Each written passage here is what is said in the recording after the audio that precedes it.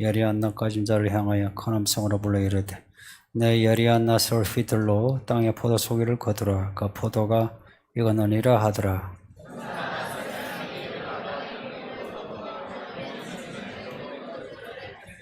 성박에서 그 털이 밟히니 털에서 피가 나서 말굴레까지 닿았고 1600스타디온에 퍼졌더라. 아멘. 누가복음에 옳지 않은 청지기 비유는 정말 특별한 이야기입니다. 사람들이 생각하는 그런 결론하고 완전히 다른 결론이에요. 이게 사람의 관점, 계산하고 다른 하나님의 관점, 계산입니다.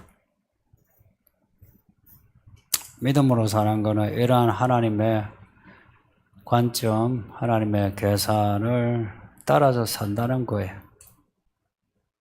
만약에 이것을 안 배우고 그냥 내 관점, 내 계산 그대로 가지고 살면 평생 교회 다니고 교회 직분 받고 일 열심히 하고 돈을 쏟아부어도 아무 소용 없습니다.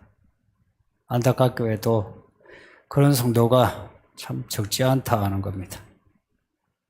참 인생을 낭비하는 것 같아요. 이런 하나님의 계산, 하나님의 관점이 하나님의 정의입니다. 그 하나님의 정의는 배워야 해요. 우리가 옳다 하는 거하고 우리가 옳다 하는 걸 하나님이 옳다 할 수도 있죠. 근데 결정적인 순간에 달라요. 우리 인생에 어떤 기로에 딱 섰을 때는 그럴 때는 달라요. 오늘 말씀도 아이러니하지 않나요? 옳지 않은 청지기에 옳지 않은 방식에 일을 두고 지혜롭다. 옳다라고 하지 않으셨어요? 지혜롭다. 왜 지혜로운가? 친구를 사귀었다. 이게 강조입니다. 친구를 사귀었다. 무슨 친구인가? 그냥 밥 먹는 친구인가? 그렇게 밥 먹는 친구는 밥 먹고 나면 끝이죠, 그렇죠? 근데 이 친구는 내게 신세를 지은 친구예요. 그래서 나중에 이 친구가 나에게 신세를 갚아줄 친구예요. 말하자면 언젠가 이 사람에게 나도 도움을 받을 수 있는 옳지 않은 재물로 이렇게 친구를 사귀었다. 이걸 칭찬하시는 하나님이에요. 그러면 늘 옳으시는 하나님이 옳은 재물로 옳은 방식으로 사람을 얻는다면 얼마나 칭찬하시겠어요? 얼마나 좋아하시겠어요?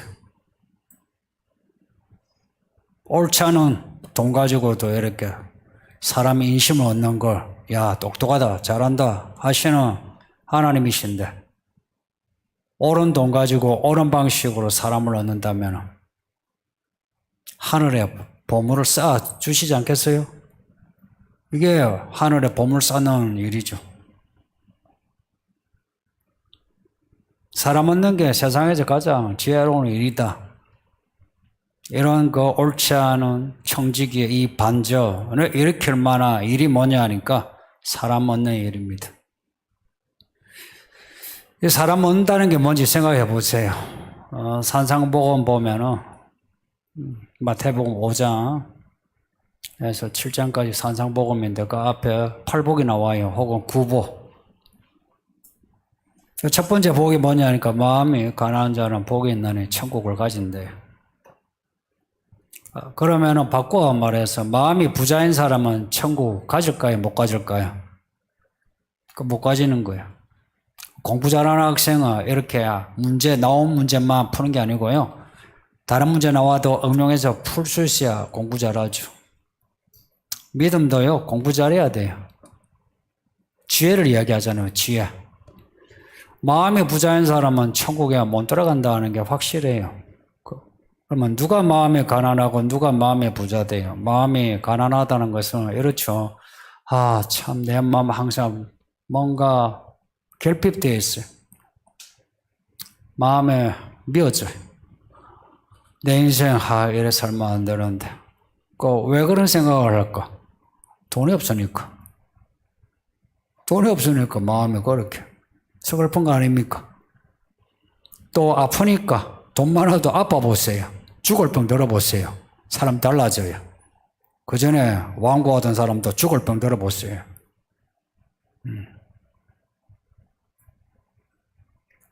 마음을 고칠 수만 있으면 죽을 병 드는 것도 괜찮습니까? 예? 그러면 죽을 병 드세요. 어차피 죽을 거니까. 다 죽을 병으로 죽을 거 아닙니까? 이왕 죽을 거 사람 바뀌는 병 드세요. 아멘 했다. 정말 하나님은 겁나는 하나님이세요. 저도 나이 들수록 하나님이 무서워. 건강한 사람, 마음이 가난할까요? 건강한 사람. 위에 헬스 제가 운동은 잘하지 않지만, 이제 샤워를 자주 해요. 하면, 2두박근, 3두박근인 사람, 샤워하면서도, 그걸 보면서, 그리고, 개인 PT 한 분들 있죠. 다 캐릭터가 비슷해요. 그분들은 자기 몸이 전부라. 그리고 옷 입는 것도 어찌하든지 몸을 이렇게 자랑할 수 있는 그런 사람이 마음이 가난할 것 같아요. 그 사람들에게는 몸이 재산이에요. 그래, 저 같은 이런 몸을 보면 참 안 됐다. 예, 여기죠. 참 안 됐다. 사실, 다른 분야도 그래요. 다른 전문 분야 생각해 보세요. 자기가 전문적인 지식이 있고 전문적인 능력이 있으면 자기가 부자라. 없는 사람 보면 참 안 됐다 그래요.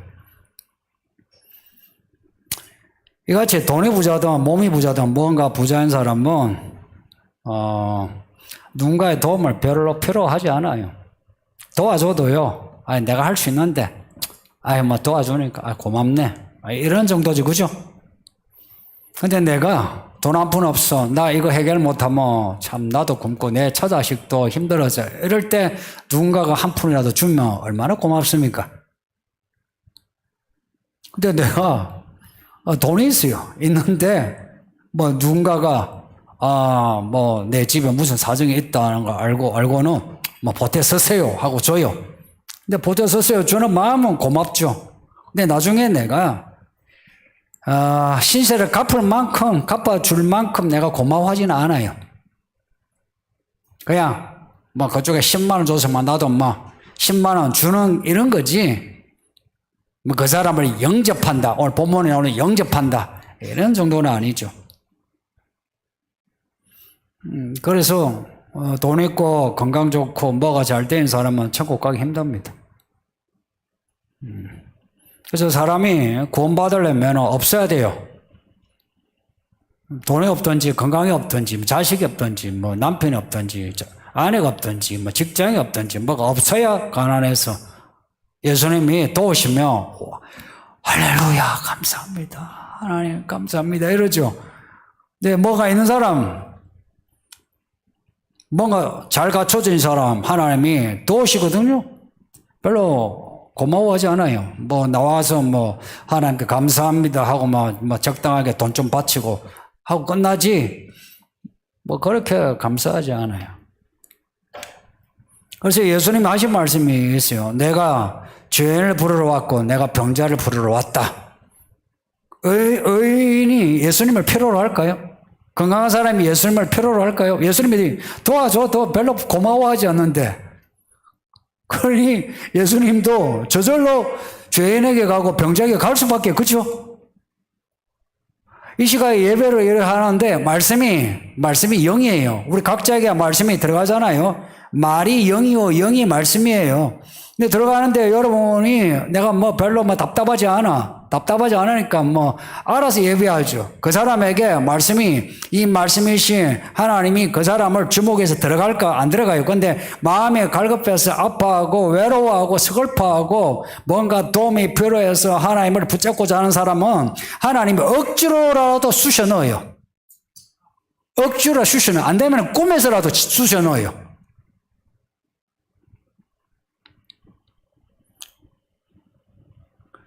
그렇게 해서 우리가 이렇게 은혜 받은 거 아닙니까? 여러분 중에 교회 들어오시고 그리고 믿음의 변화가 있었던 시기를 생각해 보세요. 다들 못 먹고 못 살거나 아니면 인생에 큰 어려움 있을 때 아닙니까? 인생 잘 될 때 교회 들어와서 충성한 사람 본 적 있습니까? 그 사람들 교회 들어오면 저지레만 해요. 잘난 척하고 돈 내면 돈 냈다 자랑하고. 꼴 보기 싫어요. 솔직히 말해서 저도 목회하고 나이고 있고 한데 그런 거 꼴 보기 싫어요. 옛날에는 넘어갔는데 꼴 보기 싫어. 안 와도 돼. 예수님이 우리를 이렇게 불쌍해서 이만큼 해줬으면 이제 우리가 예수님에게 신세를 갚아야죠. 예수님에게 그러면 돈을 바치면 예수님이 내가 돈이 필요한데 그래 네 돈이 필요한데 헌금하니까 좋구나 하십니까? 내가 건강하니까 내 몸뚱어리로 내가 막 교회 일 하니까 아이고 내 몸뚱어리 내 교회가 부족한데 네가 도와주니까 고맙구나 이러십니까? 예수님에게는 부족한 게 하나도 없어요. 우리 중에 예수님에게 필요한 사람 아무도 없습니다. 이게 팩트예요. 저나 여러분 중에 예수님에게 필요한 사람 없어요. 자식 새끼 필요해서 나왔습니까? 아니죠. 사랑하니까. 우리가 예수님에게 필요한 게 아니고 예수님이 그냥 우리를 사랑하신 거예요. 그냥 우리를 사랑하신 거예요. 그래서 끊임없이 우리를 도우시고 끊임없이 우리에 대해서 참으시고 불쌍해서 불쌍해서 우리 이렇게 해주셨어요. 그래서 이만큼 우리가 있는 겁니다. 이 오후 시간에 이렇게 앉아있는 게 쉬운 일입니까? 아니잖아요. 그런 하나님의 은혜로운 이야기, 대서사 아닙니까? 그 이야기로 인해서 우리가 여기 있으면 이제 우리가 뭘 해야 되느냐? 우리가 하나님께 신세를 갚는다 할 때에 어떻게 갚냐 할 때 사람입니다. 사람. 예수님이 우리를 불쌍히 여기신 것처럼 우리도 누군가를 불쌍히 여기는 그래서 누군가를 돕되 보아스가 한 말이 있죠. 손해를 봐서라도 보아스가 한 말이 아니고 보아스 대신에 기업을 물을 수 있는 그 사람이 했던 말이 나 손해보기 싫어 한 걸 보아스는 손해를 봐서라도 룻을 데려온 거 아닙니까? 예수님이 손해를 봐서라도 우리를 사신 거 아니에요. 그럼 우리도 손해를 봐서라도 누군가를 대하는 겁니다. 손해를 봐서 돈을 손해보든지 시간을 손해보든지 자존심을 손해보든지 야간 손해를 봐서 사람을 돕는 겁니다. 성경에 나오는 믿음의 사람들은 다 그러한 사람들이에요. 왜냐? 하나님이 그러하신 하나님이거든. 우리를 대하실 때 불쌍히 여기시는 똑같이 우리가 이 땅에서 살 동안에는 우리의 믿음이 어떻게 나타나느냐? 기도원에서 나타나지 않고 골방에 나타나지 않아요. 우리의 믿음의 진짜 정체는 사람을 대할 때 나타나죠. 그것도 계획된 그런 태도 말고요. 바로 나타나죠. 그죠? 믿음의 열매는 사람 대하는 거 보면 나타납니다. 그래서 믿음의 열매는 사람 얻는 겁니다. 이거는 확실해요. 12제자 삼으시고 성령을 부어주신 이유, 가서 제자 삼으라. 그 제자 삼는 게 쉽습니까? 사람 얻는 게 쉬워요? 어려운 거예요. 예수님이 우리를 얻기 위해서 수천 년 동안의 이야기를 가졌어요. 그리고 이 땅에 태어나시고 자라시고 일을 시작하시고 3년의 이야기 우여곡절을 겪으시고 그리고 고발당하시고 붙잡히시고 재판을 받으시고 복잡해요. 이 일을 하나님이 감당하신 거예요. 똑같이 우리도 사람을 얻으려면 뭔가를 감당을 해야 하는데 우리가 감당을 못하는 거예요. 단편적으로 밥 사주고 놀아주고 친절을 베풀 수는 있어도 그 사람에 대해서 이 이야기를 가지고 감당하지 못하는 거예요. 왜 감당하지 못하냐? 하나님의 이야기를 알지 못하고 그리고 하나님 우리를 보시는 그 마음을 알지 못하고 그리고 마음을 안다 해도 뭐가 부족하냐? 지혜가 부족한 거라. 마음을 가져도요. 마음이 지혜로 나오려면 뭔가 배워 익혀 내가 해 나가야 돼요. 숙련돼야 돼요. 이제 그걸 하지 않는 거라. 요한계시록 본문 14장에서 왜 알곡과 포도송이, 포도송이 만들면 좋은 건데 짓밟히는 포도송이에요. 짓밟혀가지고 피가 흐르는 포도송이에요. 알곡은 천국으로 거둬지고 포도송이는 짓밟혀 심판을 받는.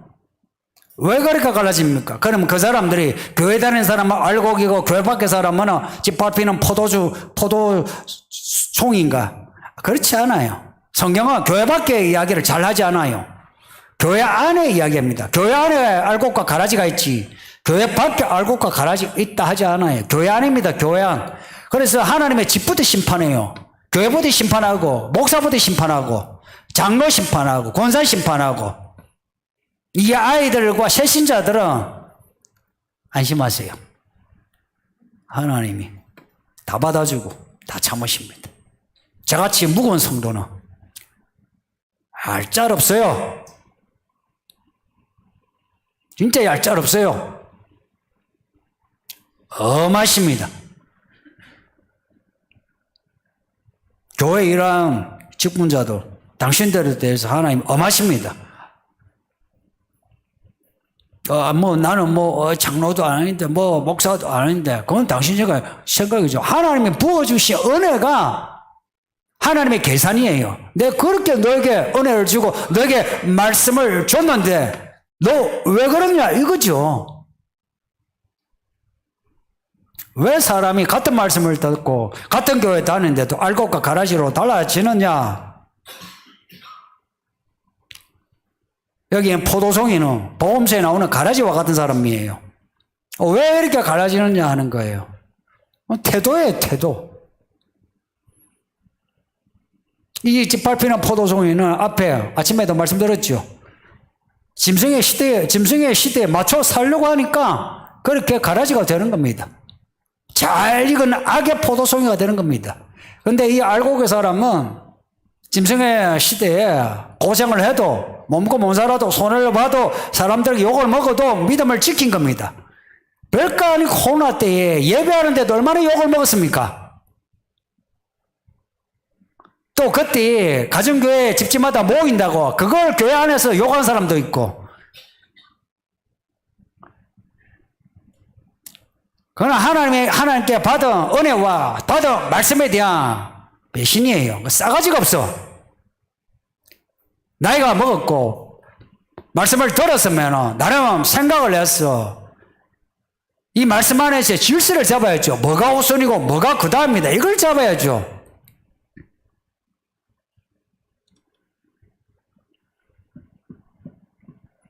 예수님이 우리를 위하여 죽으시고 그리고 지금도 함께 하시면서 우리에 대해서 끊임없이 손해를 보세요. 그러니까 지금도 하늘의 모습이 어린 양입니다. 일찍 죽임을 당한 어린 양. 지금도 우리의 죄를 용서하고 우리의 빚을 사해 주시는 겁니다. 그러니 먹고 사는 거 아닙니까? 사실 여러분이 버는 돈 하나님이 주신 돈 아닙니까? 건강 하나님이 주신 거 아닙니까? 안 믿는 사람도 다 있다. 그런 소리 하지 마세요. 그 말은요, 범신론적이고 하나님 없다는 소리와 똑같습니다. 안 믿는 사람이 아무리 잘 살아도 하나님이 그 사람을 불쌍히 여기서 주신 거예요. 야가 하나님은 이런 비, 늦은 비처럼 비를 다 주세요. 그래, 일해라. 월급 다 줘요. 그래, 운동해라. 다 건강을 줘요. 그러나 구원은 믿는 자에게만 줘요. 그날 심판의 때까지 하나님은 보존하세요. 이런 비, 늦은 빛은 다 같은 은혜를 주시는데 믿는 자에게는 천국의 은혜를 주시는 거예요. 이 셈법을 배워서 천국의 셈법으로 살아야죠. 그 천국의 셈법이 뭐냐? 예수님이 아이 하나 들어놓고는 야, 이 아이처럼 하지 않으면 천국에 들어가지 못한다. 이 아이와 같이 하면 천국에 크다. 이런 말씀하셨어요. 누가 이 말씀을 이야기했어요? 성도님들이 만약 이 말씀을 이해했으면 이 아이들 대하는 게 다를걸요? 교회에서 이 아이들이 천국에서 제일 크다. 제가 한 말이 아니고 예수님이 직접 하신 말씀이에요. 그러면 이 아이를 대할 때 어떻게 대하겠어요? 이 한 이 아이 작으면 작을수록 어떻게 대하겠어요? 그 아이에 대해서 내가 이렇게 엄한 얼굴로 그러면 안 돼 이러겠어요? 그 아이 같은 눈높이에서 그들이 하는 말 알아듣고 그들이 뭘 원하는가 생각하고 그들의 마음을 맞추고 비율을 맞추고 원하는 게 해주려고 하지 않겠어요? 아이는 원래 시끄러운 거 아닙니까? 천국은 시끄러운 데예요.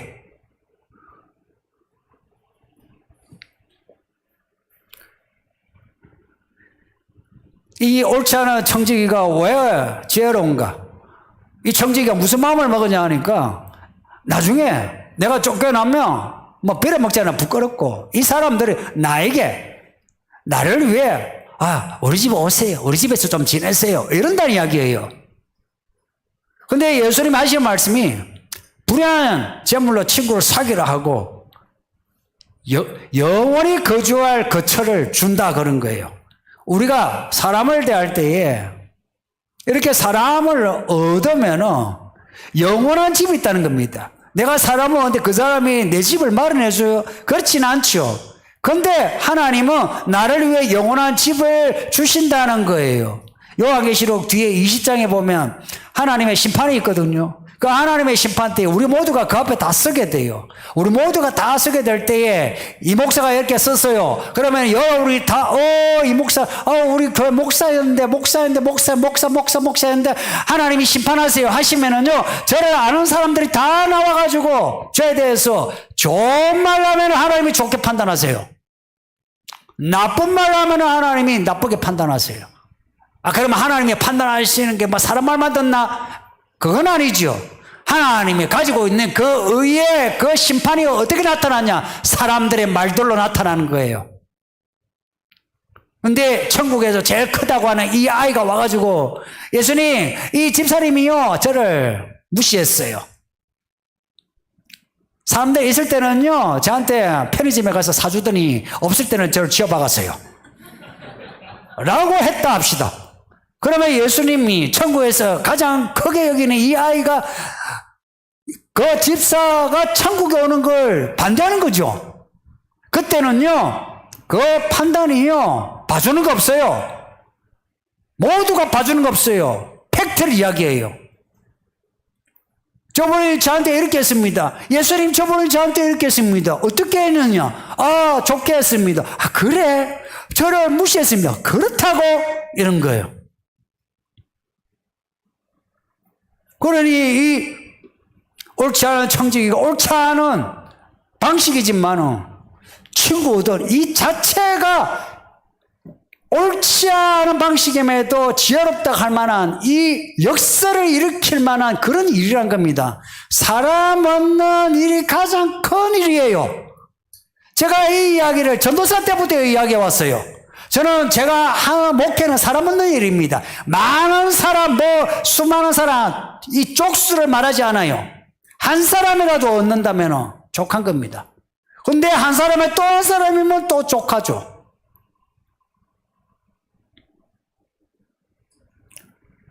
근데 왜 사람을 얻지 못하느냐? 뻔하죠. 그 사람에게 잘해주려고 하니까 내가 손해보는 거예요. 불편한 겁니다. 짐승의 때에 그 짐승의 체제에 맞추려고 지금 짐승의 때 하니까 멀리 느껴지죠. 지금이요, 지금. 지금 믿음으로 살려고 해보세요. 불편해요. 정말 믿음으로 살려고 해보세요. 불편해요. 교회 밖에 천만에, 교회 안에도요. 불편해요. 진짜 믿음으로 하려고 해보세요. 니만 잘난다. 니만 믿음이 있냐. 그 소리 해요. 니만 옳냐. 그 소리 한 분들, 당신들 회개해야 돼. 그 말 자체가 뭔지 아세요? 나는 나쁜 놈이야 한 거 스스로 드러낸 거예요. 어떻게 믿는 사람이 니만 잘 믿냐, 니만 옳냐 그 소리예요. 나는 마귀 새끼다 그 말을 드러낸 거지.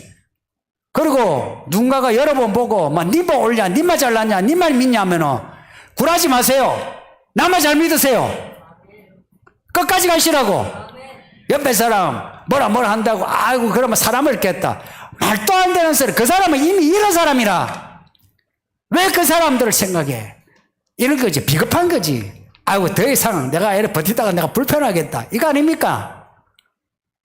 그렇지 않아요? 더 이상 이만큼 버텼으면 내가 버틴 거지. 이만한 믿음이 되지. 더 버티면 내가 힘들어. 이거 아닙니까? 그래서 중간에 내가 포기하는 거지. 무슨 뭐 사람을 배려하는 겁니까? 사람 배려하기 전에 하나님의 뜻을 살피세요. 하나님의 뜻을 살피고 그 안에서 사람을 배려하고 이러는 거지. 근데 짐승의 때 지금이에요. 자기 편하려고 짐승의 때 짐승 섬기고 짐승에 표 받는 거 아닙니까? 생각해 보세요. 이 목사가 짐승의 때에 짐승을 섬기고 짐승의 표를 받는다. 그러면 여기 있는 권사님들, 목자들, 집사들 뭐라 생각하겠어요?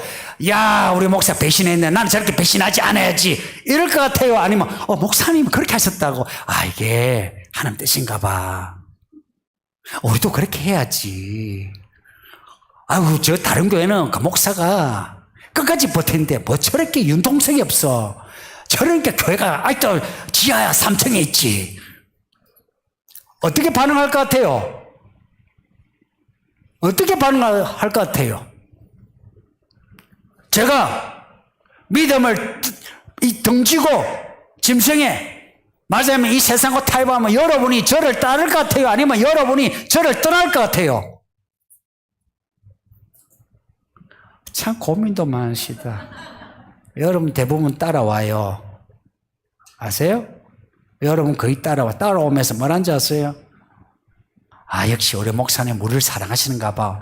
우리가 불편할까 봐. 우리 직장을 위해서, 우리 부부 사이를 위해서, 우리 돈을 위해서 참 우리 목사님이 지혜롭게 처신하셨네. 이럴 거예요. 그러면 제가 믿음을 잃어버리면 여러분도 믿음을 잃어버려요. 여러분이 믿음을 잃어버리면 여러분의 남편과 여러분의 아내, 여러분을 아는 지인들의 믿음을 잃어버려요. 그래서 내가 내 믿음을 지켜야 내 가족, 내 아는 사람들이 믿음을 지켜요. 여기에 목사, 장로, 권사, 집사가 믿음을 잃어보세요. 세상과 타협해보세요. 목사가 보세요. 선제적으로 방어한다고 문을 닫으니까 다 좋아하죠. 누가 반대했어요? 우리 노예에. 이거는 노예를 왜 이야기하냐? 직접 만나서 듣는 이야기예요.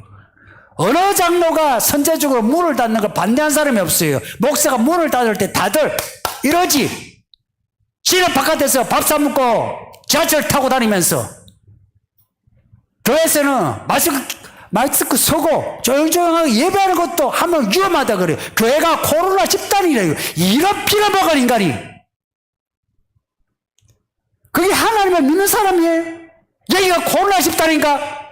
좋아요. 코로나 집단이야 좋아. 나 그러면 코로나 걸리겠어요. 걸렸잖아.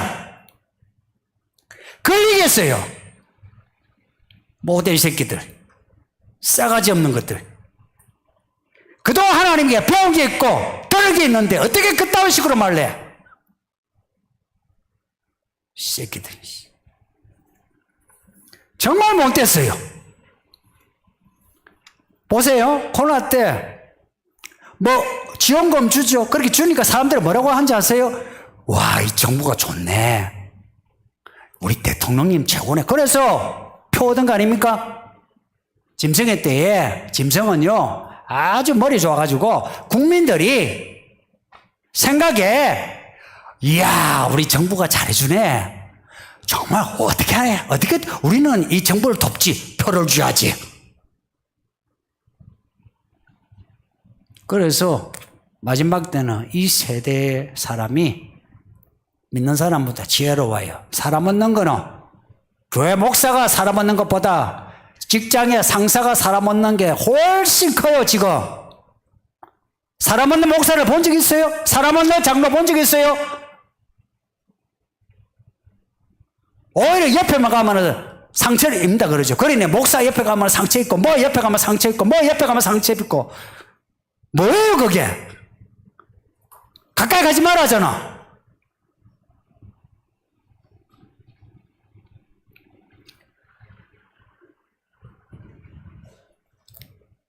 예수님 말씀 맞아요. 이 세대의 아들들이 빛의 자녀들보다 훨씬 지혜로운 거라. 지금 세상이 훨씬 지혜롭게 사람을 얻어가고 있는 거예요. 오히려 교회는요. 교회 모이긴 뭐예요. 예배도 하고 하긴 하는데 다들 그냥 각자 국밥처럼 그냥 아니, 따로 국밥처럼 그렇게 지내는 거라. 하나가 돼야 되거든요. 어떻게 하나가 되겠어요? 사람을 어디 하나가 되지?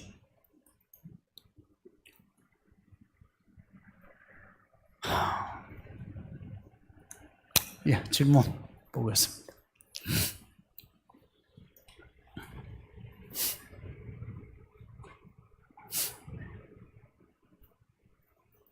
18절에 불을 다스리는 천사가 나옵니다. 다른 본문에는 또 다른 천사라고만 나오는데 이렇게 명시한 이유가 있을까요? 천사들 사이에 위계가 있다는 것으로 보아도 되나요? 질문 정말 좋은데요.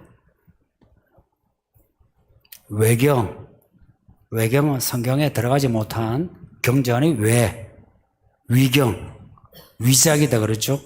약간 문제가 있는 게 위경이에요.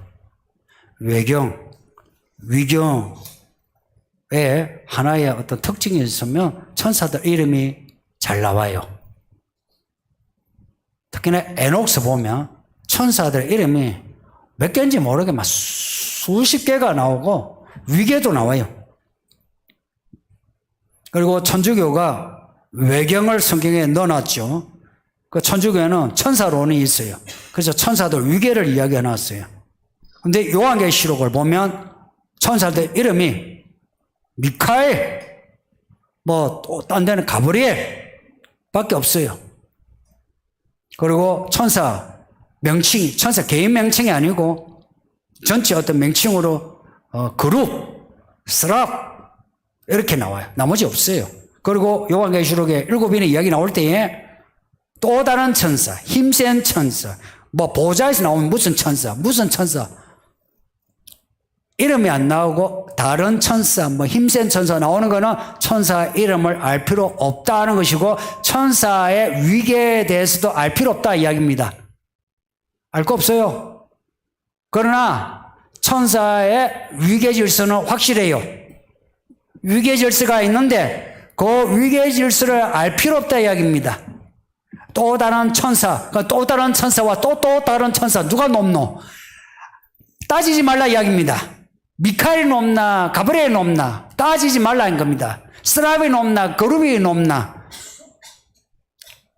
그 그룹은 우리가 그룹 미팅 그 그룹이 아니고 캐룹이면 캐룹 빔 하면 그거는 빔이 이미 복수예요. 캐루빈의 복수예요. 그 천사 무리의 이름이에요. 그래 그룹이 높나 스랍이 높나 가지고 논쟁하는데 논쟁할 거 없어요. 누가 높고 하는 거 알 필요 없어. 다만 질문하신 대로 천사들 사이에 위계가 있죠. 근데 이 위계를 천사들은 절대 어기지 않아요. 왜 마귀, 사탄, 이렇게 악령이냐? 그들은 하나님의 위계 질서에 벗어난 존재들이에요.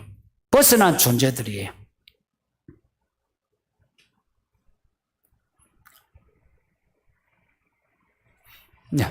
그리고 불을 다스리는 천사 나오죠. 불을 다스리는 천사가 나오면 또 무슨 천사가 있겠어요?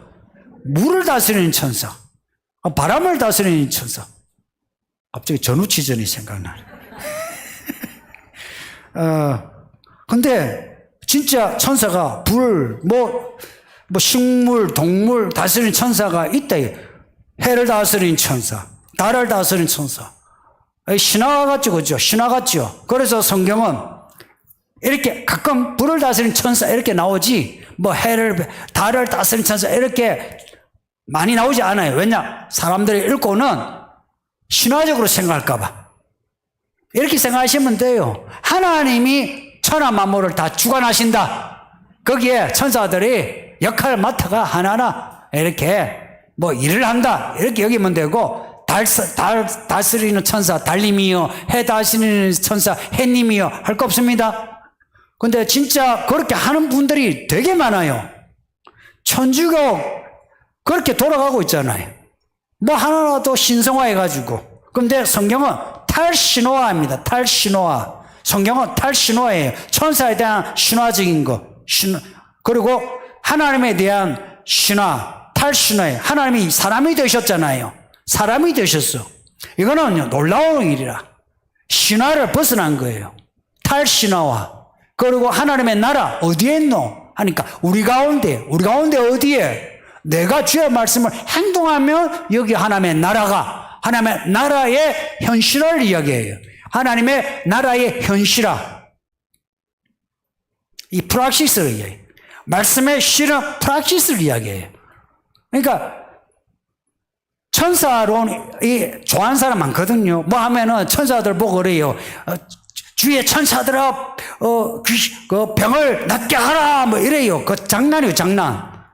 그런 말은 장난이에요. 그 사람은 자기를 드러내기 하는 소리예요. 예수님도 병 고치고 귀신 쫓은 거 숨기셨어요. 왜 숨기셨는지 아세요?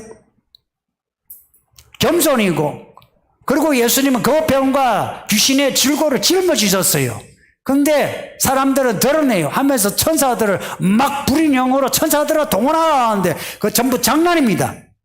그 말은 거짓말이에요. 천사는 함부로 말할 수 없어요.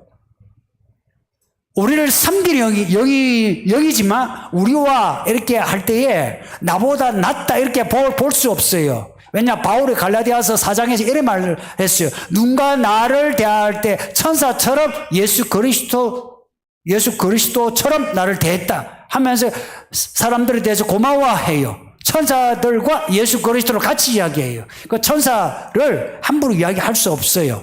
다만 천사들 우리를 부러워하는 건 맞아요. 왜 부러워하겠어요? 천사는 종이에요. 우리도 종이에요. 그런데 우리는 또 하나의 자리가 있어요. 하나님의 자녀라. 그래서 천사들은 우리를 부러워해요. 그리고 하늘에 올라가서는 지위로 보면 우리가 천사보다 지위가 높은 거는 맞아요. 그러나 이 땅에 살면서는 우리가 함부로 천사 동원령 이런 말 하죠. 저기 광화문에 정광 목사 말 같지 소리 하잖아요. 지가 무슨 천사장인 것처럼 천사 동원하고 어쩌고 저쩌고 하죠.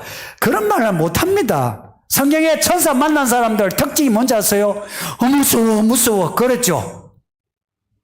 그러지 않은 그 사람이 있나 봐요. 아무도 없어요. 전부 천사 만나고 나면은 기도원도 그렇고 전부 다 무서워가지고 야곱도 그렇고 아이고 내가 죽을 뻔했는데 살아났네 이런 거예요. 천사론에 크게 관심 안 가져도 되고 그리고 천사 가볍게 여기면 안 돼요. 그래서 내가 여러분 보고 천사 여러분에 가서 여러분 도와라 이런 시덥다는 소리 하지 않아요. 천사 이야기 한 적 없죠? 안 해도 돼요. 하나님 넘어갑시다.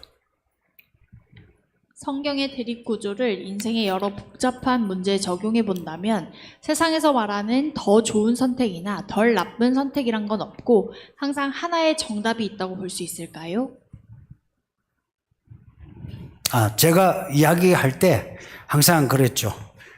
하나님의 뜻은 다양하지 않고 하나님의 뜻은 분명히 하나님이 뜻하신 게 있다고요. 이제 그 말 들으면은 맞아요. 그 하나님의 뜻이 여러 선택 옵션이 있는 게 아니고 하나인 거는 맞아요. 그러나 기도원이 이야기만 딱 생각해 보세요. 하나님이 기도원을 이제 이스라엘 구원할 사람으로 혹은 모세를 이스라엘 구원할 사람으로 부르셨어요. 부르실 때 그러면 그 사람이 그 말씀에 내가 순종 안 하면 죽고 내가 순종하면 이제 일이 이루어지느냐. 그러면 모세가 바로 알겠습니다. 내가 이스라엘 구원하겠습니다. 기도원도 내가 이스라엘 구원하겠습니다. 바로 그렇게 출발했나요? 아니면 하나님하고 이렇게 약간 실랑이 했나요? 그 말이에요. 이거는 하나님이 우리에 대해서 있잖아요. 좋은 질문이에요. 하나님 우리에게 뭔가 뜻하셔서 뭔가 제시하죠. 물론 그 말씀에 바로 순종하는 건 좋아요. 근데 우리는 무식하고 약해요. 그 말씀에 바로 순종하려면 아직 믿음이 안 돼 있어. 그래서 우리는 그 말씀 말고 다른 옵션을 내가 택하고 싶어. 그럴 때에 하나님 그것 말고 이거는 어떨까요? 할 때 하나님이 그래 해봐라 그러세요. 그러면은 하나님이 우리에게 제시하는 말씀이 있어도 그 말씀하고 이렇게 완전히 분리되지 않지만 또 다른 대안으로 우리에게 허락하시는 경우는 있다 이야기입니다. 하나님이 먼저 대안을 제시하신 적은 없어요. 이 말 쉬운 말 아니에요. 하나님이 먼저 대안을 제시하지는 않아요. 항상 하라. 그 일 항상 정관사가 붙어 있어요. 근데 우리가 하나님 근데 그렇게 하려니까 내가 너무 힘들어요. 내가 너무 불안하고 무서워요. 그것 말고 이렇게 하면 어떨까요? 할 때 하나님이 이렇게 내 말에 반대하노. 죽어 이러시냐. 저도요 겁이 많아가지고 딱 그런 말씀하면 어쩌든지 고는 무서워서 힘들고 대안을 찾아서 이렇게 하곤 했어요. 했을 때 하나님이 매정하게 안 돼! 어디 불술 줘! 너 죽어! 그럼 나 죽고 없어졌어요. 내가 여기 살았거든요. 우리가 약해서 혹은 무식해서 어떤 대안을 이야기할 때 하나님은 들어주시는 거예요. 그리고 하나님은 참아주시는 겁니다. 그러니 여러분이 하나님에 대해서 아버지라 여기세요. 아버지의 뜻은 확실해요. 왜냐? 전지전능하시니까. 전지전능하신데 그 뜻이 뭐 하겠어요? 본인이 하나님 뜻은 분명해요. 그런데 우리가 그 뜻을 받아들이기 힘든 그런 믿음일 때 하나님은 여러 가지 대안을 받아주십니다. 그러나 보세요. 여기에 이제 처음 믿은 분하고 저하고 하나님이 말씀을 주셨어요. 주셨을 때에 하나님이 우리가 제시하는 대안을 받아들이는 게 제가 대안을 하나님이 그것 말고 이렇게 했으면 좋겠습니다 했을 때 반응하고 여기에 이제 믿음 생활을 하려고 하는 사람이 하나님 그것 말고 다르게 하겠습니다 했을 때 반응하고 같겠어요? 다르겠어요? 달라요. 제가 말하면은 이게 이제는 대가리 네가 목사하더니 네가 네 마음대로 하려고 이래요. 진짜 그렇게 말씀하셨어요. 네가 목사니까 네 마음대로 하나. 그렇게 말씀한다니까. 근데 새신자나 이런 사람은요. 알겠다. 내가 그렇게 내가 해봐라. 내가 도와주마. 나 몰라 이거 아니에요. 도와주마 그래요. 도와주신다니까. 경험 있죠? 여러분이 하고자 할 때 하나님이 발장 끼고 강 건너편에 있지 않아요. 대안을 여러분이 행동할 때 하나님이 도우세요. 근데 하나의 정답이 있죠. 그러나 그 아버지 하나님이 우리 형편에 우리가 하나님 이렇게 해주세요 저렇게 해주세요 할 때 그렇게 거절하지 않으시는 하나님. 그러나 믿음의 분량에 따라 하나님의 반응은 다르시다는 거 잊지 마세요. 그 다음 오늘 말씀 중 청지기가 행한 불의는 도둑질하지 말라는 십계명을 어기다 들켜 쫓겨났고 쫓겨난 후 행한 불의는 거짓 증언하지 말라는 십계명의 9째 계명을 어기는 것과 연결됩니다. 말씀에 대한 도전은 아니지만 십계명을 어기는 행위로 생긴 재물로 사람을 얻으라는 메시지가 절대 쉽지만은 않습니다. 도와주세요. 그 구절 불의한 재물로 친구를 사겨라. 그 말씀은 불의한 재물, 네가 옳지 않은 재물, 옳지 않은 행동에서 얻은 재물로 친구를 사겨라가 아니고 행간의 의미는 불의한 재물로 또 친구를 사람을 얻었으며 너는 의로운 재물로 친구를 얻을 때에 하나님이 어떻게 기뻐하시겠냐라고 우리가 해석을 해야 돼요. 그러니까 친구를 사귀라 이 부분이 이게 핵심이에요. 이 부분이.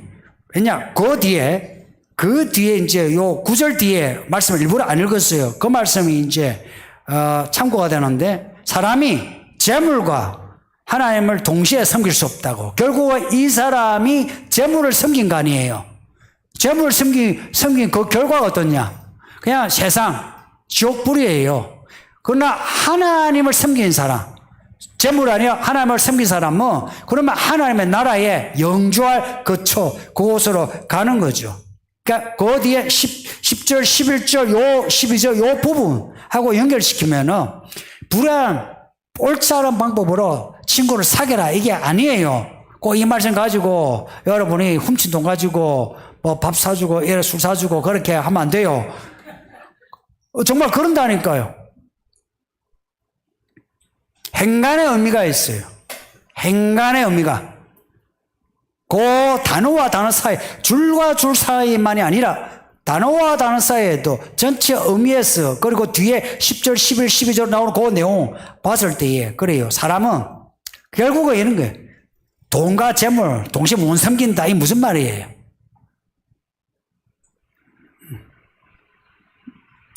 예. 그러니까 이 옳지 않은 정직 이야기는 그래 쉽지는 않죠.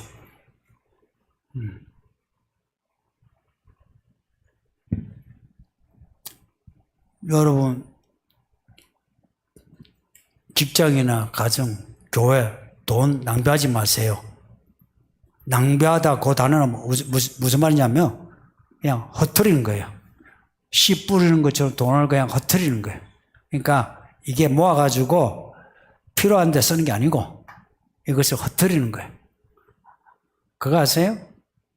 교회, 돈 있는 교회 건물 짓고 뭘 공사할 때에 돈이 얼마나 낭비되는지 말이 많이 도는 거 아시죠?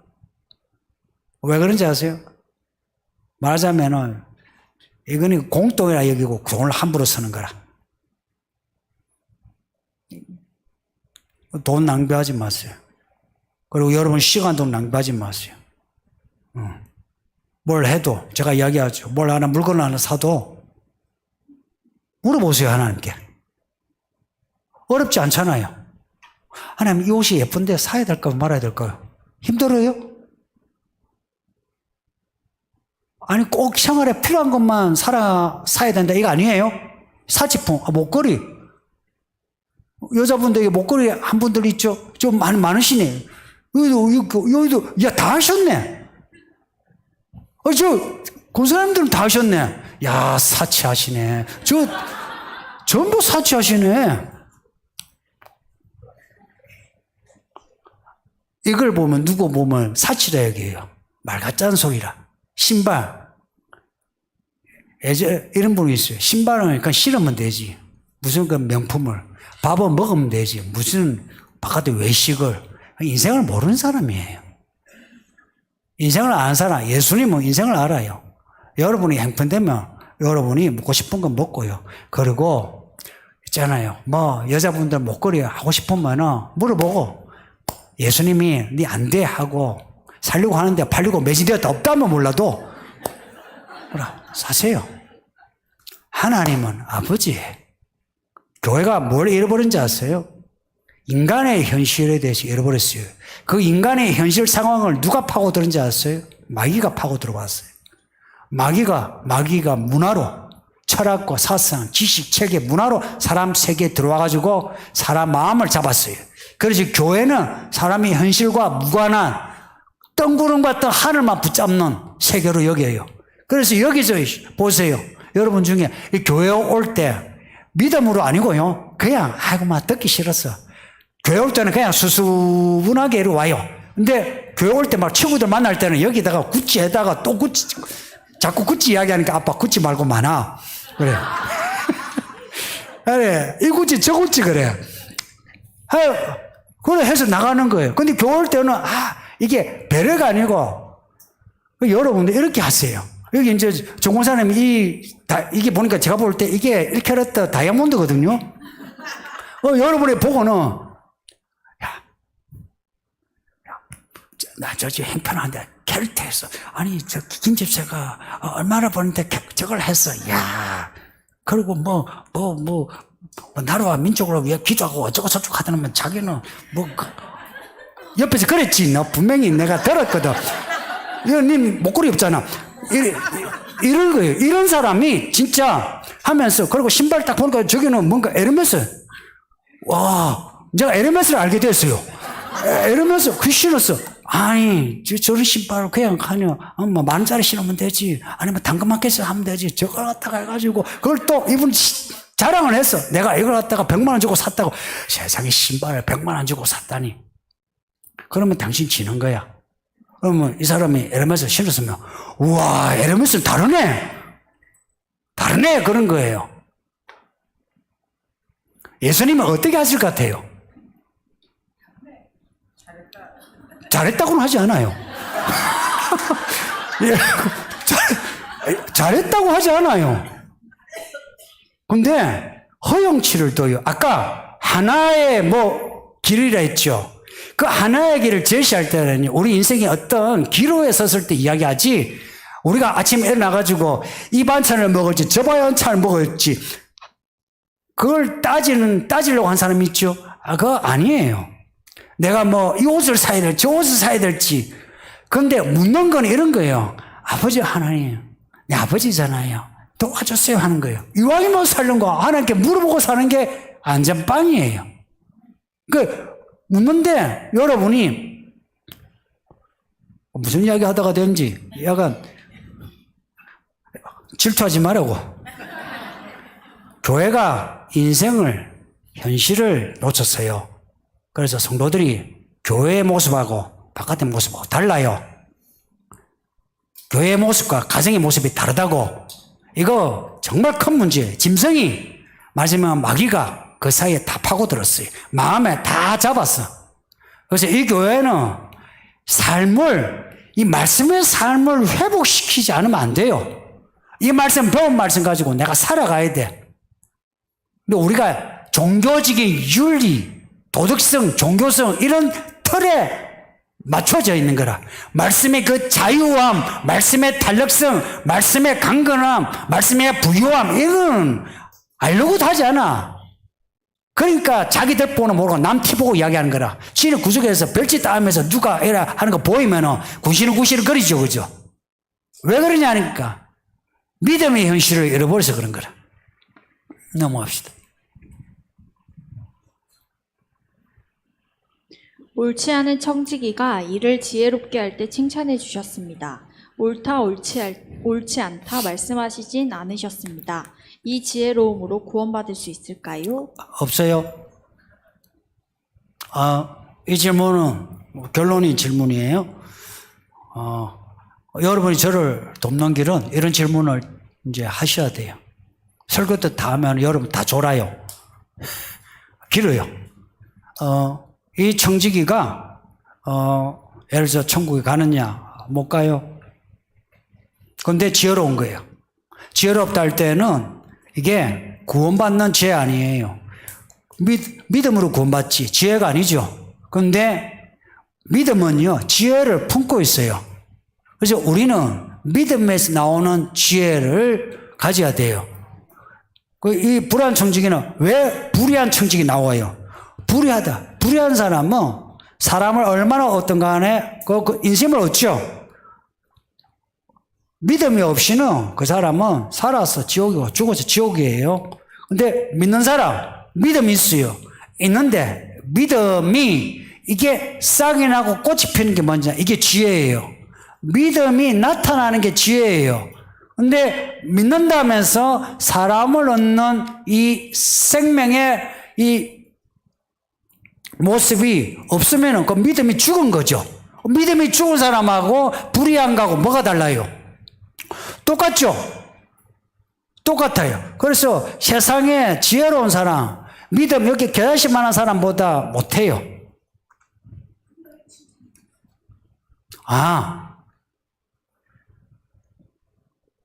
불의한 청지가 사람을 얻고자 하는 이걸 칭찬한 거예요.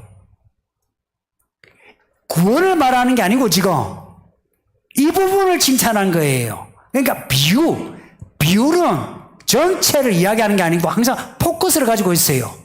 포커스를. 누룩 조심하라 그래요. 그러면서 또 한편 여자가 누룩을 넣었는데 그냥 그 선말통에 가득했다. 천국은 이런 나라다. 이거는 뭐예요? 천국의 힘을 이야기하죠. 그건 좋은 의미예요. 그러니까 이 비유가 말씀하는 포커스가 중요해요. 비유에서 조심할 거는 전체 스토리를 다 가져오면 안 돼요. 뭘 얘기했냐? 친구를 사귀었다. 바로 이겁니다. 이것을 가지면은 그 믿음이 꽃이 핀다. 오늘 질문 잘하셨습니다. 끝이죠. 기도하겠습니다. 아버지 하나님 감사합니다.